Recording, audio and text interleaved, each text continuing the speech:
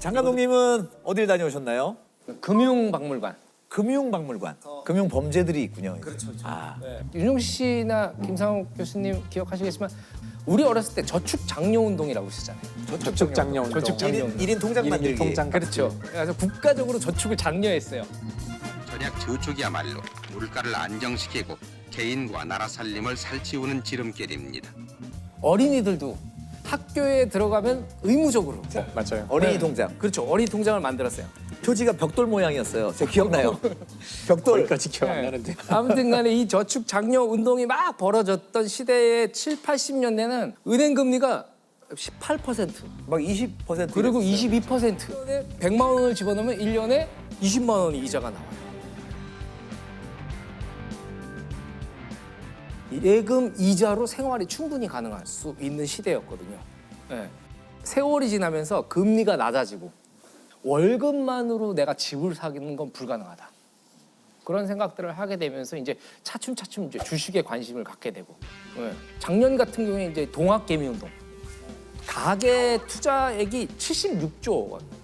일반인들이죠. 일반인들 76조 원을. 작년에 20, 30대 후배들 이렇게 핸드폰 보고 있으면 진짜 다 주식. 근데 휴대폰 보는 그 시간이 막 얘기하다가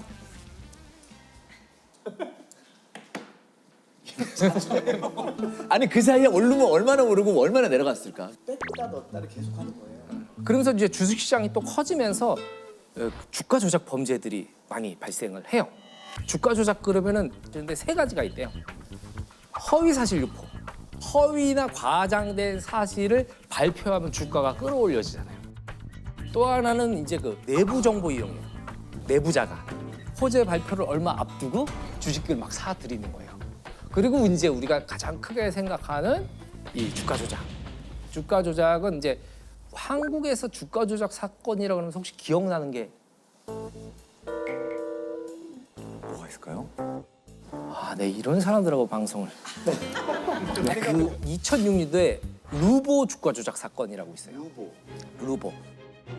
우리나라 주가 조작 사건 가운데 최악으로 이끌어지는 루보 사태의 주범이었다. 검찰에 따르면 김 씨 등은 작년 10월부터 올 3월까지 차명 계좌를 통해 고가 매수 주문을 내는 방법 등으로 루보 주가를 40배 이상 끌어올려 119억 원의 부당 이득을 챙긴 혐의를 받고 있습니다.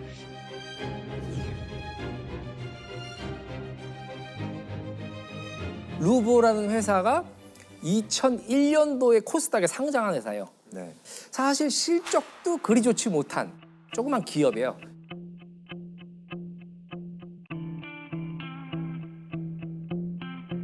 그 당시에 처음에 이제 주가가 2006년 10월 1일 기준 1,185원이에요. 6개월 후에 주가가 51,400원을 기록하고 와, 5만 천. 50배네요. 1,400. 예, 그러니까 6개월 만에 43배가 뛴 거예요. 그 한국에서는 일찍이 볼 수 없었던 주가 조작이에요.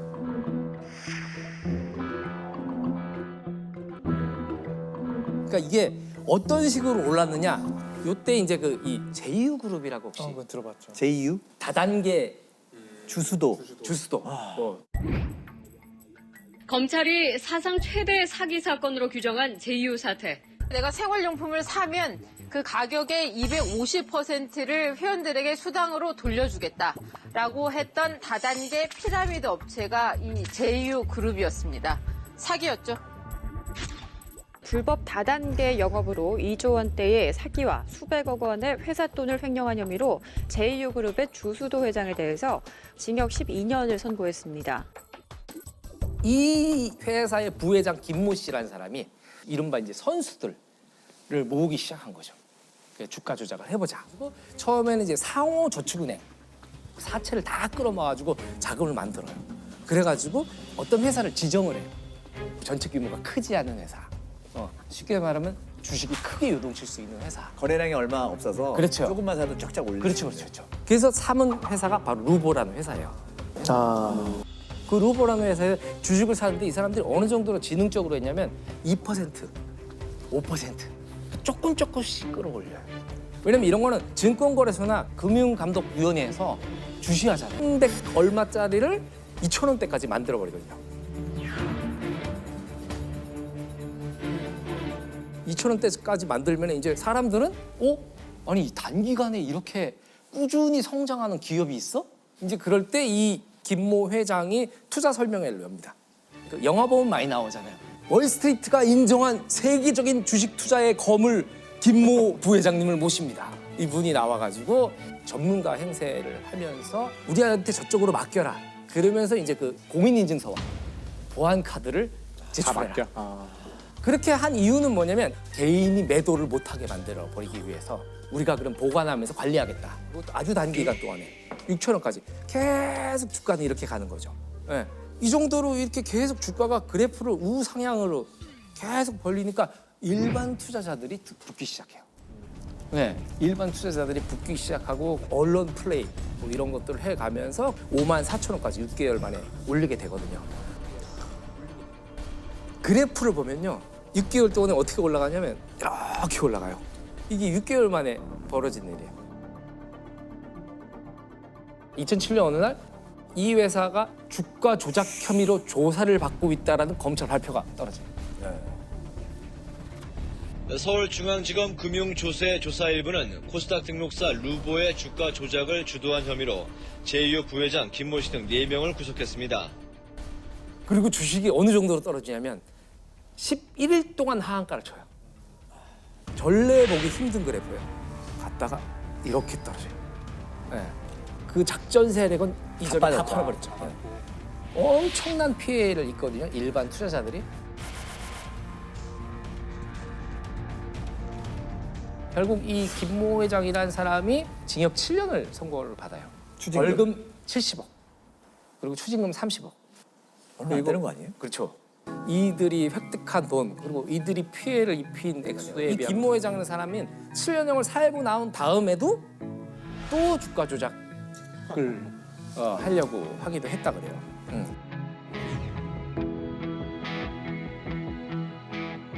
지금은 개미 투자자들이 많이 똑똑해졌잖아요. 근데 그때만 해도 주식, 증권이 뭔지 잘 몰랐어요. 일반 사람들은. 친구 말 듣고 미친 듯이 들어가는 거죠. 이게 주식이 실패 사례보다는 성공 사례가 너무 소문이 많이 난다는 거죠. 그렇죠. 네, 다 돈 번 사람들 얘기만 떠돌고 그 수많은 주식 종목 가운데서 그런 대박난 종목만 보이는 거죠. 당장 내일 뭐가 오를지는 아무도 모르거든요. 맞아요. 그래서 이 주가 조작하는 사람들끼리 은어가 있대요. 주포. 주포는 뭐냐면 기획자. 예를 들면 그 구속돼서 형을 산 김모 부회장 같은 사람이 주포. 그리고 화가. 화가는 전체적인 주가 조작을 설계하는 사람. 그림을 그린다 그러잖아요. 그래프. 여기서 어떤 작전을 쓰고 여기서 또 어떤 작전을 쓰고 여기까지 끌어올린 다음에 여기서 떨어지니까 우리는 매도한다. 그리고 쉘이라는 게 있어요. 쉘이 뭐냐? 조개 껍데기인가요? 그렇죠. 조개 껍데기. 조개 껍데기는 거의 빈 껍데기를 얘기하잖아요. 알맹이. 그 타겟이 된 회사. 그걸 쉘이라고 그러고. 그걸 쉘이라고 그러고 펄이라는 게 있대요. 펄. 허위 정보. 허위 정보를 펄이라고 해요? 그런 걸 펄이라고 그랬대요. 야, 요거 김용만 씨 이런 분들 나오셔서 얘기를 하셔. 되게 유명한 그분 별명이 고등어라잖아요. 무조건 내토막. 진짜 안 좋을 때는 반토막. 갈치. 8토막. 그 농담 삼아 이렇게 얘기를 하셨다고. 물리학에서도 아주 주가 조작과 관련된 유명한 사례가 있어요. 그게 1700년대 초반이니까 거의 주식이 처음 만들어질 때쯤의 이야기인데 그때 만들어졌어요? 네덜란드에서 처음 만들어졌죠. 예, 처음. 암스테르담에 그렇죠. 암스테르담에서 주식 거래소가 있었죠. 예.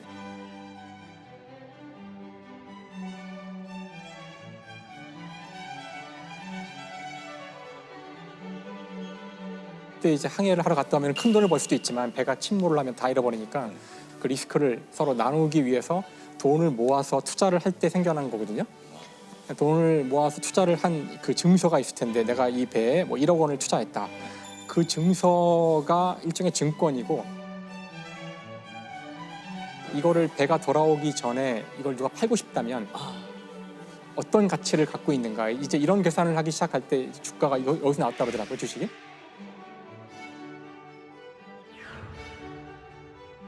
그 영국에서도 남해 회사라는 아주 유명한 주가 조작에 유명한 그 역사에 나오는 회사인데 그러니까 이제 이 사람들이 계속 거짓말을 하기 시작해요. 거짓말을 일단 배당을 막 줘요. 그러니까 사람들이 저기 투자하면은 돈을 준다더라 막 이게 소문이 막 나면서 근데 이게 전형적으로 아까 말씀하신 딱 다단계 형태로 가는 거예요. 그러니까 처음에 한 사람들은 좀 돈을 벌어서 막 투자 금액의 막 150%막 이렇게 돈을 받지만 이게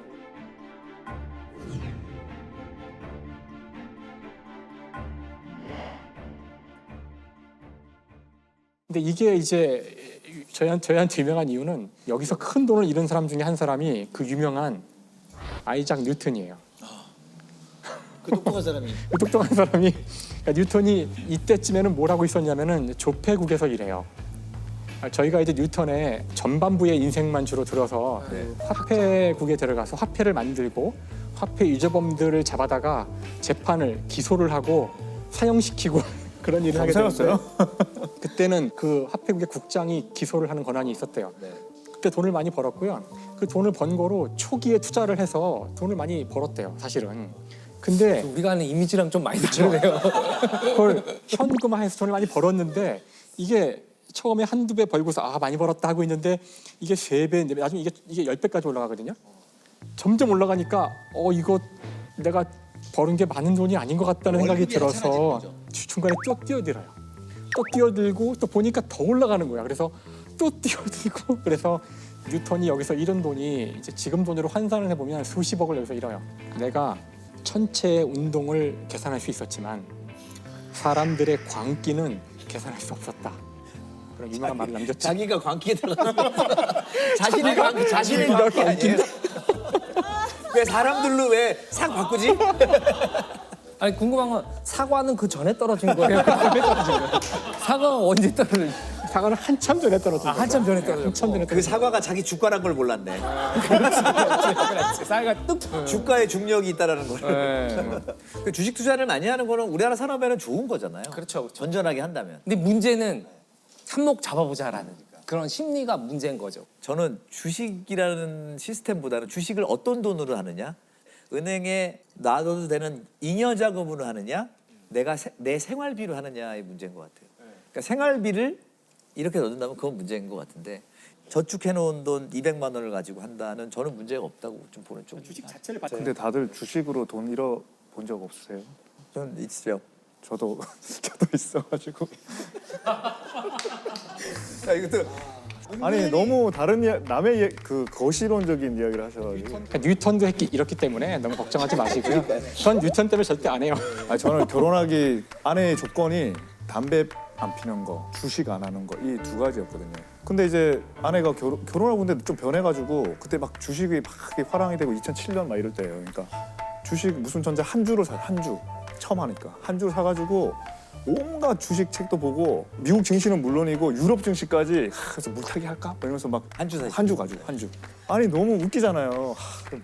내가 산타클로스처럼 확 벌어서 딱 갖다 줘야겠다. 그래서 몰래. 그래서 그 마이너스 통장으로 그러니까 마이너스 통장을 하는 게 문제라니까. 지금까지 얘기한 게 그 얘기예요. 그때 제가 자신이 있었어요. 제가 자신이 있었어요. 자신이 있다고요? 뉴턴도 안 되는데. 뉴턴도 안 되는지 몰랐어요. 그거는 뒤늦게 알았고요. 네, 그런데요. 늦게 알았고요. 근데 이제 했다가 그때 서프라임 모기지가 온 거예요.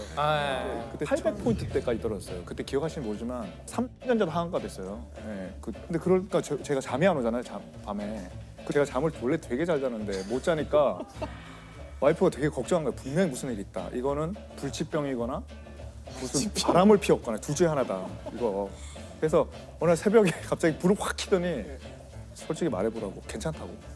무슨 말을 해도 용서해 줄 테니까 말해보라고. 그래서 내가 주식을 해서 이렇게 됐다. 네, 했더니 괜찮다고. 내가 벌면 되지. 이러면서 이제 잘하고. 하지만 근데 그때 제가 잃은 돈을 조금 줄여서 말했거든요. 근데 하여튼 잤어요. 근데 자고 일어났는데 그 다음 날부터 점점 표정이 안 좋아지는 거예요. 그리고 어느 날 그 신부님한테 찾아가서 고해성사를 하고 오는 거예요. 그 남편을 도저히 용서할 수가 없다. 분노. 오 이거 시트콤 아니야? 아 진짜로요? 근데 주식은 하여튼 너무 무리하게 하면 안 된다라는 거. 점점 이 사회의 추세가 그러니까 저희가 어릴 때는 그 가족의 문제는 법이 개입하는 게 아니라는 식의 그런 어떤 생각들이 있었던 것 같아요. 그러니까 사랑하는 사이도 가급적 그 법이 여기까지 들어오는 건 아니지 않을까. 물론 인권을 더 우리가 더 알게 되면서부터는 점점 더 국가가 이제 여기에 개입을 하기 시작해서 이제는 사실 부모가 이제 자식의 체벌을 가하는 것도 저희가 어릴 때는 그건 부모의 권리라고 그렇죠. 또는 의무라고 생각한 적도 있었거든요. 사실 대다수의 가정폭력이 벌어져도 옆집에서 신고해도 파출소에서 나와서 물어보고 네, 집안일이요. 그러면 갔어요 대개는 그냥. 문제가 아니었겠지만 네. 이제 우리가 그런 무관심이 있었을 때 항상 아주 안 좋은 일들이 생기는 것들을 이제 봐왔기 때문에 사랑하는 사이인 것조차도 사실은 정부가 또는 법이 개입할 수 있는 쪽으로 점점 이 사회가 가고 있는 그런 상황에서 나오는 그런 논란들이 아닌가. 데이트 폭력을 자꾸만 물리적으로 뿐만 아니라는 거. 언어. 어쨌든 상대방이 원하지 않는 것을 억지로 하게 되는 건 다 폭력이잖아요. 또 가스라이팅 얘기도 요즘 굉장히 많이 나오고 있는데 정확히 가스라이팅. 그게 가스등이라는 연극에서 유래가 된 거잖아요. 가스등이라는 연극이 결국 나중에 잉글리트 버그만 주연의 가스등이라는 영화로 네. 계속 여자가 내가 장갑을 여기다 뒀는데 당신 장갑 오늘 꺼낸 적이 없어. 본인이 아니요, 미친 것처럼 믿게 만드는 거죠. 그렇죠. 타인의 심리를 상대방의 심리를 교묘하게 조작해가지고 내가 이제 이 어떤 통제한다. I know it was here. I can't understand it. Oh, Paula, didn't I tell you? How did you come to lose it? I must have pulled it out with something, I suppose. Oh, I'm terribly sorry.